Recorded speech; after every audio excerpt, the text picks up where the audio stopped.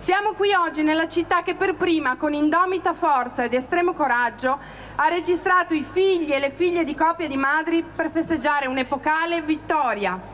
La Corte Costituzionale ha confermato ciò che abbiamo sempre saputo e detto.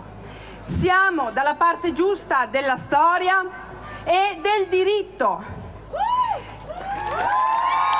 In migliaia anche quest'anno a Padova hanno preso parte alla Padova Pride, la manifestazione dell'orgoglio LGBT e per il sostegno dei diritti civili. Da Padova il messaggio importante di rivendicazione dei diritti delle mamme arcobaleno, che proprio nei giorni scorsi hanno visto per loro l'importante sentenza della Corte Costituzionale che ha riconosciuto l'iscrizione all'anagrafe dei loro figli con il doppio cognome. Ma lo slogan di quest'anno è ridisegnare la città per quanto riguarda i diritti, le richieste, quella del matrimonio egualitario, del riconoscimento anche per i papà e soprattutto di continuare a parlare e lavorare per definire una legge contro l'omotransfobia. Padova è sempre all'avanguardia nella difesa dei diritti, ricordiamo il sindaco Giordani che ha difeso queste famiglie di mamme e di figli dalla circolare Piantedosi del governo Meloni che le aveva trascinate in tribunale. C'è ancora molto da fare,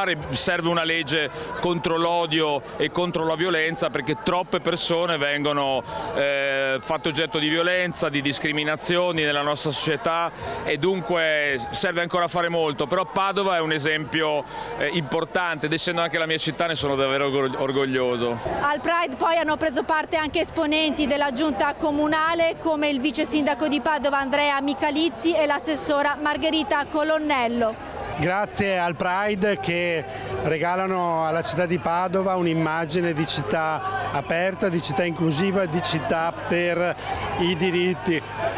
Oggi è bello vedere tanta gente, tante ragazze, tanti ragazzi. Qual è il messaggio che ha lanciato con il suo discorso dal palco? Ho voluto dedicare questo discorso alla mia pancia che custodisce una creatura. Non è importante di che sesso nascerà, l'importante è chi sceglierà di essere. Noi gli auguriamo di diventare la persona più coraggiosa del mondo senza paura per gli altri.